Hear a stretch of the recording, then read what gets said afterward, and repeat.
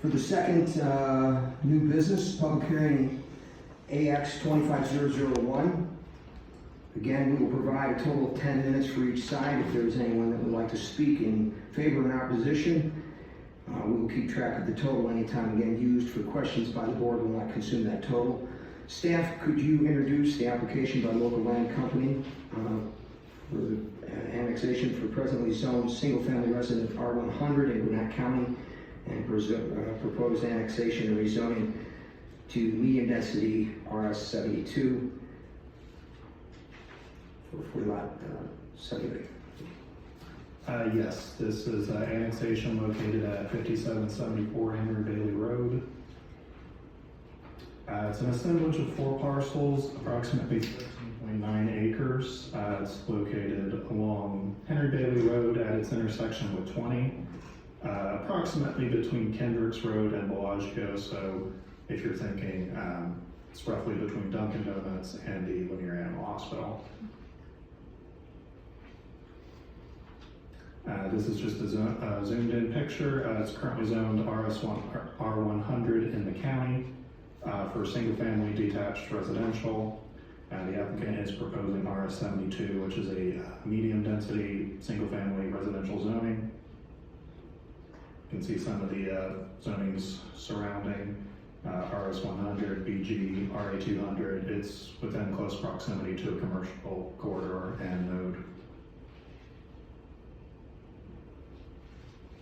This is a site plan that they've provided to us. As I mentioned, 40 lots. There is a stream currently on the property.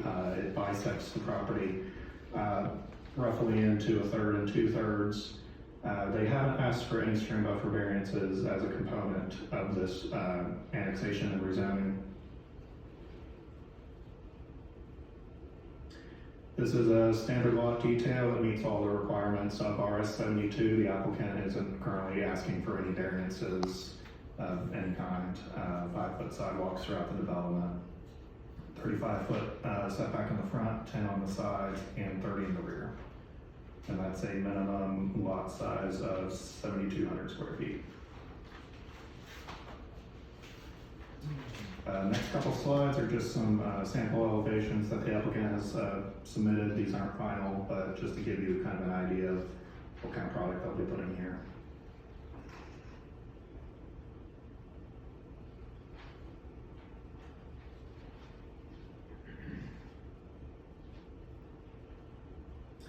So staff is recommending approval of the annexation and rezoning to RS72 with a couple conditions. Number 1 being a standard site plan conformance condition. Number 2 is private HOA maintenance of facilities with a $50,000 capital reserve to ensure the HOA remains healthy. Number 3 will be no more than 20% can be leased at any given time. Number 4, at least 3 gas appliances shall be installed in each unit. Number 5, landscaping is subject to planning staff review. There is a 20-foot enhanced landscape strip around the entire perimeter of the property, which is in line with what is required by the ordinance. We'll just make sure that it's in line with the ordinance. We've also added a requirement for a 6-foot window-opaque fence, just to help give a little extra screening between them and existing neighbors and any potential future neighbors that may come into line. Number 6, open space needs to be enhanced in order to count towards an open space requirement. This could be landscaping, benches, just anything to make it a little nicer than a patch of grass, really. Number 7, each primary unit front and rear facade shall modulate back and forth at least 2 feet, just to help give the streetscape a little bit more breakup, not so monotonous. Number 8, we are asking for a couple extra architectural enhancements over what's currently required by the zoning ordinance. Basically just to give a little bit more unique character for each individual house and to help prevent some copy paste that has occurred in the past, but we're hoping to rectify in the future. And then finally, number 9, sidewalks shall be 5 feet wide, internal to the development. And with that, I can take any questions. I think you have a picture, can you tell us what the view will be from 20, how close this is to 20? I don't have a picture, but I can go back to the site plan.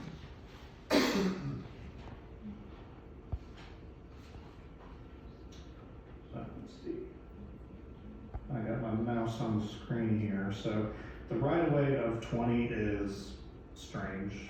Just when the road was widened, it's cuts in and out, back and forth.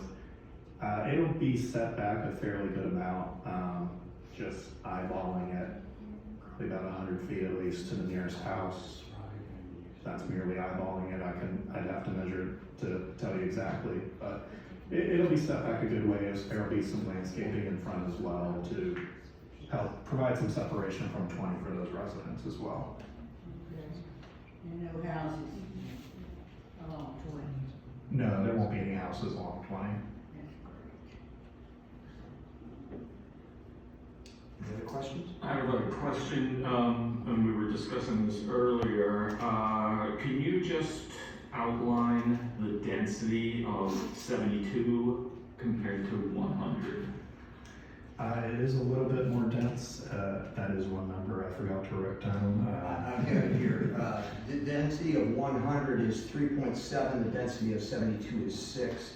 Their density based on the units is 2.87, so it's actually within the RS 100, their density. So why would they be asking for a variance? It's probably width of lot, I assume. They're not asking for any variances on this one. No, they're just. Oh, that's not, they're Annex. trying to get annex in, okay, I thought there was a 100 currently, okay. Well, it is Gwinnett, but Gwinnett County though. Okay, so my point is they're applying for a 72, Right. so there will be a variance there. Well, If they get annexed. It's not a variance, but there's always a, anytime you apply, there's no assumed. Anytime there's an annexation, there's no assumed, zoning. You always have to apply for it. Okay, So they just apply for that. okay. Frank, am I correct on that? There's no assumed zoning.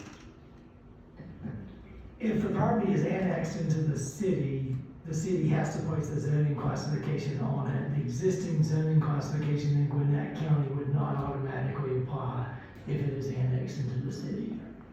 But you're also saying that the density shown is less than the 100 anyway. Yeah, there's 40 units, and based on the 13.9 acres, that's 2.88 units per acre, and the density for 100 is 3.7, the density for 72 is 6. So it's well within 6 and even within 100. It's just nice to have that stuff out in the open so people can. No, that's any other questions from the commission? Yeah, I was driving over in this area and I noticed that as you're coming down 20 from, say, 400 in that direction, you're going up over a hill and then you're coming down the hill as you're coming up on this property on the right. Is there a reason why there's not a deceleration lane planned for this development? I think that was probably just a oversight as far as this being a conceptual plan. Ultimately, the final say would be with GDOT and Gwinnett County DOT. I can let the applicant speak to that a little bit further. I know we did have some very brief discussions as far as what the access will look like there. I believe initially proposed is going to be a right in, right out with deceleration lane, just to help prevent crossing over 20 entirely. So, but I'll let them elaborate on that just a little bit more. Okay, and then there's also a fairly large intersection right near here that's not got any lighting or anything like that on it. It's just a stop sign for those that are coming onto 20.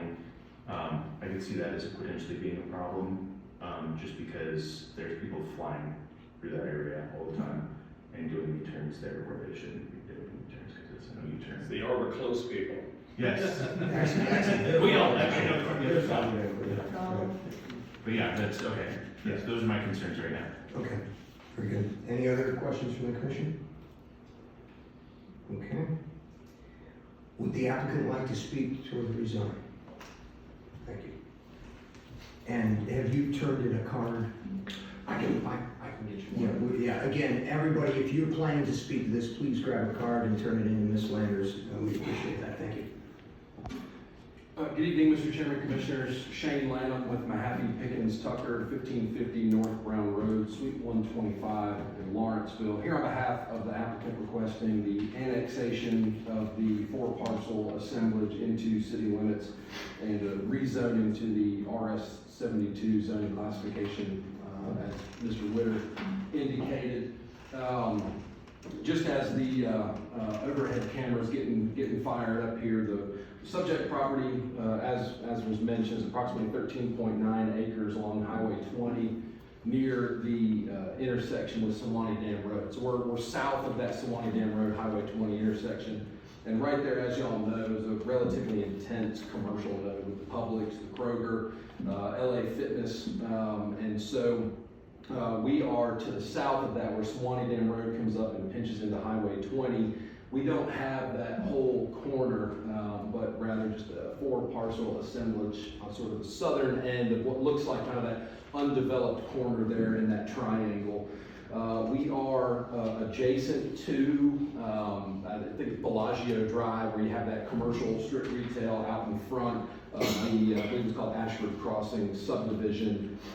They've got that commercial out there in front of them. So the, sorry, I keep looking over to the side here. I'm just looking to see if that camera's up and running yet.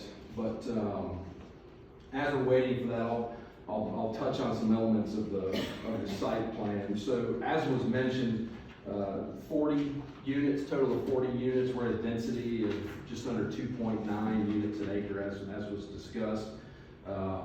All single family detached homes. We have a single entrance off of Highway 20. As Mr. Witter mentioned, the access configuration, that driveway, we're subject to GDOT dictating to us what that looks like. As you point out, we're likely to have to put in a deceleration lane. We think that's going to be a right in, right out only entrance. We don't think they're going to give us a median break at that area, but single driveway, single entrance there from Highway 20. There is, as you pull in, there's one street that jogs off to the left where we would have a row of homes. I think it's a total of 9 homes. Looks like we got the PowerPoint. Okay. So just a couple slides in is where we've got the site plan. We've touched on the location of the property and the assemblage. So there's the site plan as we were discussing. So I think it's a total of 9 homes that are, call it, in front of the stream that bisects the property. As on the left with that new street that peels off as you come in, we would be, looks like, just doing some rough measurements on the site plan to scale. It's like over 100 feet from the face of the home to the right of way of Highway 20, given there's a 45-foot setback off of the right of way, and then we've got the width, we've got a 50-foot right of way for that new street that's proposed there, and then a 35-foot front building setback for the street. So you have the front doors facing 20, but about 100 plus, more than 100 feet between those front facades of the homes of Highway 20. On the right, as you're pulling in, we've got 3 lots on that right-hand side before you cross the stream, which would have side elevations facing Highway 20. They're a little bit closer, but we plan, in coordination with staff, pursuant to their recommended zoning conditions, have some additional landscaping and screening just to sort of soften that appearance of the subdivision from Highway 20. So, moving through, we have, as these were touched on, some sample renderings of proposed homes. So, attractive building architecture, gables, brick, stone, windows, 2-car garages for all these homes. These are some representative renderings of the type of product that we're proposing here. Would submit to the Planning Commission that the proposed annexation is an appropriate extension of the city's municipal boundary.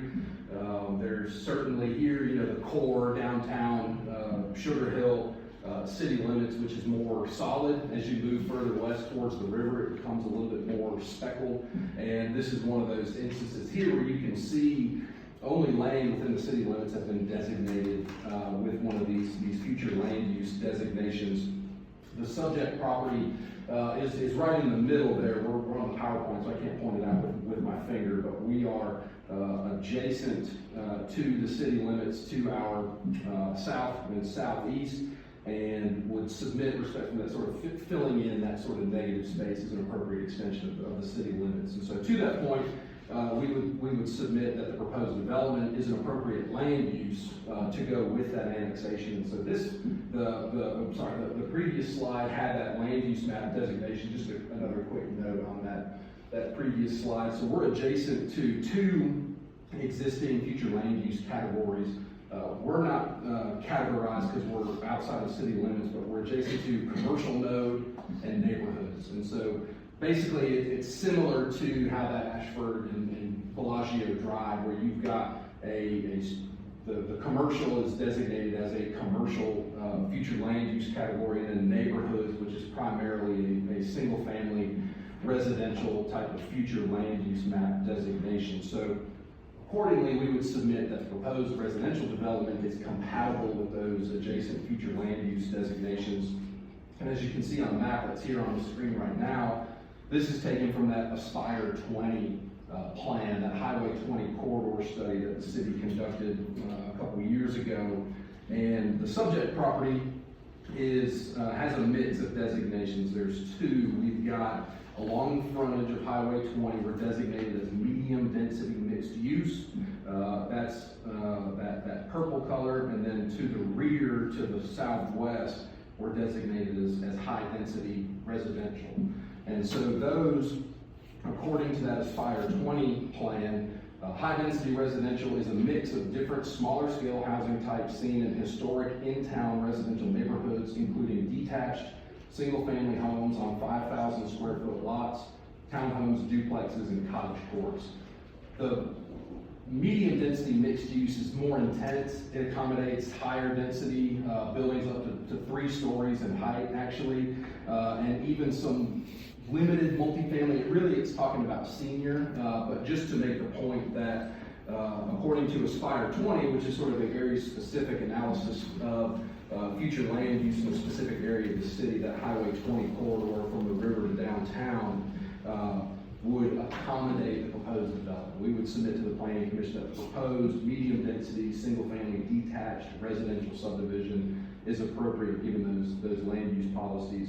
And then would also submit that the proposed development is an appropriate transition of land uses, moving away from the core of that node with the Publix and the Kroger and the LA Fitness and some more intense commercial restaurant uses, both at the core of that Sewanee Dam Road, Highway 20 node, but then also looking to our east, that commercial out in front of Bellagio, as we're sort of moving down away from 20 over towards Sewanee Dam and to the south, you start to transition into larger lot, single family, lower density residential uses, and we would submit that going from Highway 20, which is 45, maybe 50,000 cars a day, to the proposed medium density residential, and then moving south again to lower intensity single family is an appropriate transition of land uses.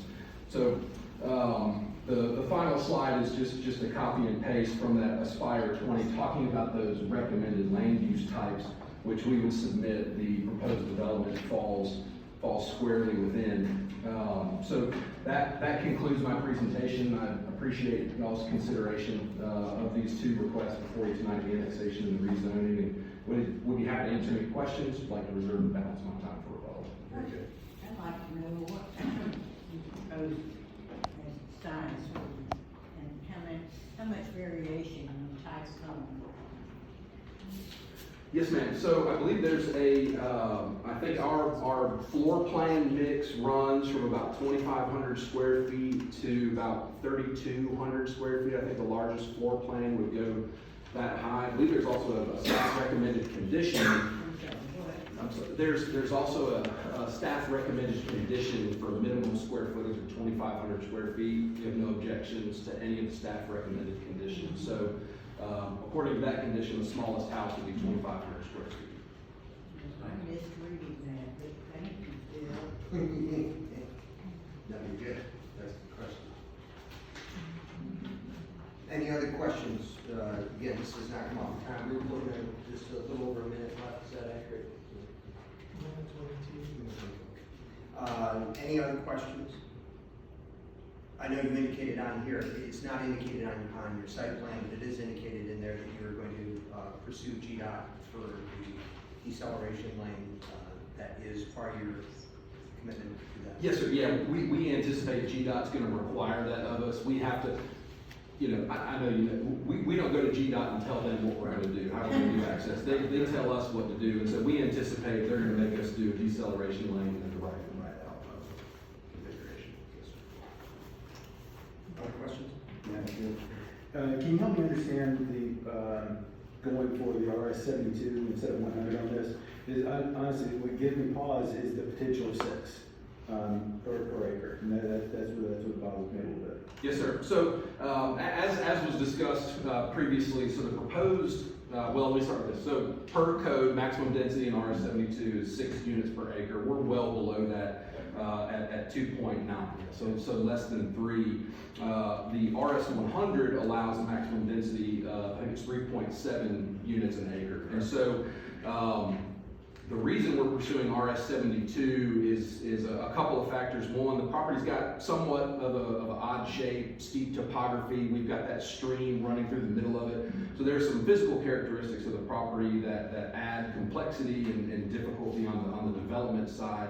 And so what RS 72 allows us to do is achieve that sort of lower middle residential density with these lot sizes, minimum 7,200 square feet, but not abusing it, I'll say, or not maximizing the yield and only having a density of 2.87 units per acre. So we would be comfortable. There's already that staff recommended condition that requires adherence to the site plan, and so not to speak for Mr. Witter, but that precludes us really from doing the bait and switch, say, gotcha, RS 72, we're doing 6 units an acre. We would be totally fine making that more explicit, say, to remove all doubt, and maximum of 40 units on the property, or maximum of 2.9 units an acre, whatever the case may be, just to try to provide some of that added assurance. Thank you. Other questions? You have on here, just a slight question, you have on here that there is going to be a detention pond, but it's not indicated there. Is that an underground detention pond, or is that above ground, it's just not indicated? I believe it's an above ground pond right there. So where we've got that identified is between lots 20 and 21, and is one pond for the entire, yep. So it's on the site plan there. It's behind lots 20 and 21. It's not fully drawn in exactly where it will be because we have to do some final engineering and hydrology studies, but that's the area we anticipate it being located. Yeah, I didn't see an actual drawn in area, I saw a line to it, but I didn't see it. Yes, sir. Yeah. I'd like to know if you consider strongly doing native plantings along the stream and wherever else in here. I think it just blend beautifully and be beneficial. Yes, ma'am. No, we have no objection to that, and actually we've seen that as a requirement before, where you have those landscape plantings or screening plantings to use native species, and I think there's ample opportunity to do that. I think there's some native holly species or some native magnolia type trees that are those evergreen. Lots of them. Yes, ma'am. Yeah, and so those. You can have that, the Venn diagram allows us to have trees that are native and would provide effective screening, so we'd have no objection to that. Any other questions? Okay, thank you. Is there anyone else, we have a minute, 22 seconds left, is there anyone else that would like to speak in favor or in support of the annexation? Okay. Seeing none, is there anyone who would like to speak in opposition? I'm not opposed, but I do have a question. Okay, and can you grab a card to? She has. Oh, very good, thank you, we appreciate that, go ahead. I'm Lamar Sudduth. I live at 5829 Swanee Dam Road, and I own the property on the back side of these parcels. Like I say, I'm really not against it, and I'm not for it, but I'd like for it to stay the same, but I would rather see the single family homes come instead of apartments. My concern was I was gonna see if they can leave maybe an undisturbed buffer on the backside of it, but if they're gonna put a fence and a double row of evergreens, that should be fine. That was my only concern. Very good, thank you, sir. Any other that would like to speak in opposition? Though that one wasn't declared as an opposition, that's, all right. Seeing none, we'll close. Floor, do we have a motion? Mr. Chairman, the applicant did reserve time for Oh, yeah. rebuttal, so you should inquire if he Thank you. has any. Thank you, I appreciate that. No real rebuttal other than to say, yes, we would propose, I think staff recommended that 20-foot landscape strip along that property line with some fencing requirements. I don't know that just given the topography, that an undisturbed buffer, we could agree to provide that. We know the planning commission makes recommendations and its own wisdom and judgment. But we would submit that 20-foot landscape strip and the fencing would provide adequate screening and separation. And I'll, directing my comments to the planning commission, but speaking to our neighbor, we'd be happy to coordinate with him on plantings and fence installation to make sure that, if approved, that's sort of as painless a process as it can be. Okay. Now, thank you, Frank, we will close public discussion. Is there a motion? I would make a motion that for approval for AX 25-001. Very good. With, I'm sorry. With the staff conditions. very good. We have a motion to approve AX 25-001 with staff recommendations. Is there a second? Second? All in favor?